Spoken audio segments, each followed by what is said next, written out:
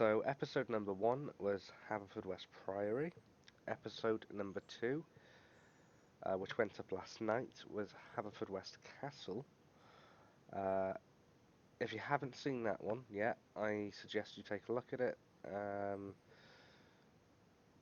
That one in particular is something that I'm really excited about because it's basically I've been able to prove that something possibly exists, which if you look at official records, it shouldn't do.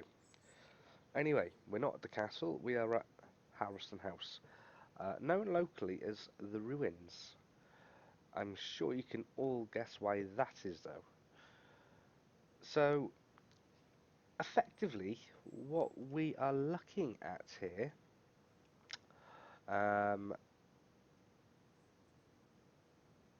is a set of structures uh, um, that were built roughly, we think, built roughly around 1370. Now, I mean, to put it bluntly, we don't actually know because the historical records that actually surround the building and the initial sort of habitation of this place, of Haroldston Manor as it was then called, are really vague. What we do know though is that by 1370, Alice Harold of Haroldston St Isles married a Peter Perrott of Eastington, and from that point forward, members of the Perrott family are presumed to have occupied Haroldston, and that went on until roughly the 1700s. Now, the Perrotts were to actually become one of the most powerful and influential families in all of Pembrokeshire, um, making Haroldston their primary residence between the 15th and 17th centuries. It's also interesting to note, though, that Sir John Perrott was born here, um, sort of between 1528 and 1530. Depending on which source you read from, it sort of changes the date slightly. He went on then to remodel the castles at Carew and Larne. Now, Sir John Perrott is a really, really interesting character, which, if I have time at the end of this video, I'll go into a little bit more detail about. Now, during the 15th to 17th century, the house itself was modernised. It was also enlarged, so the scale of what you see today is due to the sort of the modernisation and enlargement program that took place back then. At this time, two new halls had been constructed to the west of the original hall, and a service/kitchen range was built to the northeast, together with a walled courtyard containing a well to the north. To the east of the original hall, a second, larger walled courtyard separated the main quarters from the original gatehouse, which is situated adjacent to the southeast corner of the courtyard, which is by far the best preserved building on the site. Um, it's a three-storey structure with a semi-detached spiral staircase, which also housed a guardrobe, which is the building that we had just been up inside. Now, one of the things that's interesting to note is that there's a lot of places in Pembrokeshire that are called Haroldston. Um, in Solva, there is somewhere called Haroldston House, um, which if you type into Google Haroldston House, that place in Solva comes up first. Personally, myself, I don't agree with something modern being called something that's basically a protected, scheduled ancient monument, but, you know, hey-ho. Um, there's a house further down Clay Lanes that's, you know, lived in, um, which is also called Haroldston House, and I've actually had an argument with the property owner before now, about the ruins, effectively, um, and the naming of the ruins, because she was adamant that no, the only Haroldston House in this area was her house. So that was a fun conversation. But it is interesting to note that attached to, or believed to have been attached to the estate of Haroldston, so the complex of buildings that you're looking at now, um, you had Upper and Lower Haroldston, which are basically two ancient farmhouses. So Lower Haroldston is still a working farm, whilst Upper Haroldston is a domestic dwelling. Um, Haroldston House, as described by Coughlin, which is the online database for the National Monuments Record of Wales, um, as they described it as once one of the grandest houses in the county of Pembrokeshire, with medieval ruins, sort of dating, which go back to at least the 12th century. Now, in 1643, Haroldston was garrisoned by royalist troops, with the presumed support of Herbert Perrott.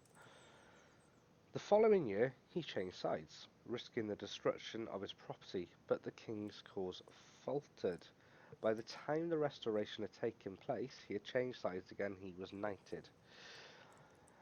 During the 17th century, the ground floor entrance was filled in to form a vault, and the function changed to that of a self-contained tower house, later known as the Steward's Tower. Again, the Steward's Tower was the first building that we went up into. Following this conversion, a range of buildings were also added directly to the east over the original gatehouse approach.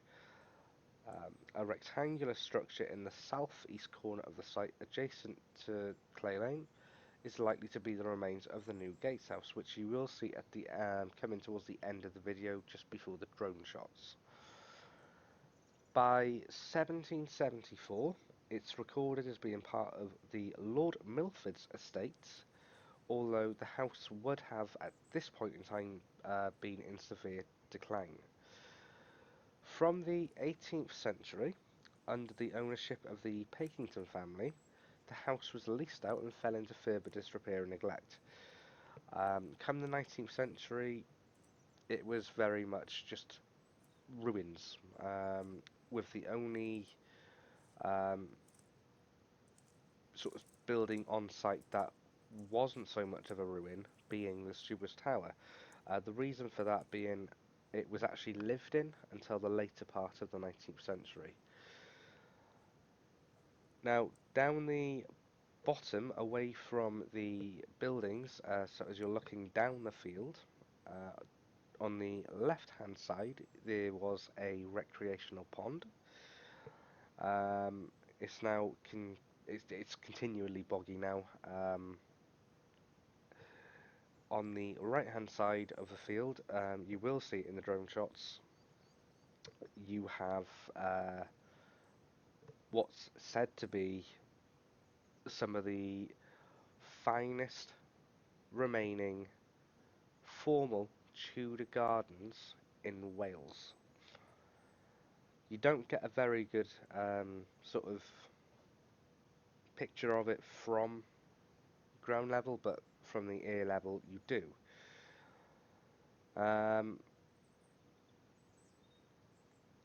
Now, Haroldston House, it's a bit of an odd one. It is a Grade 2 listed scheduled ancient monument, which means that basically it's part of the like it's part of the history of Pembrokeshire. But for the most part, it's just sat there forgotten about. Primarily because Cadw, which the body responsible for protecting it effectively, don't have the funding. Uh, they have erected like barriers in the past to try and stop people from going down into the structures, because structures aren't safe, they're all falling apart. But the kids and even adults come down and they help um, speed up the process of destruction of this site. The land itself now is used for grazing by horses as well. And it's also worth noting that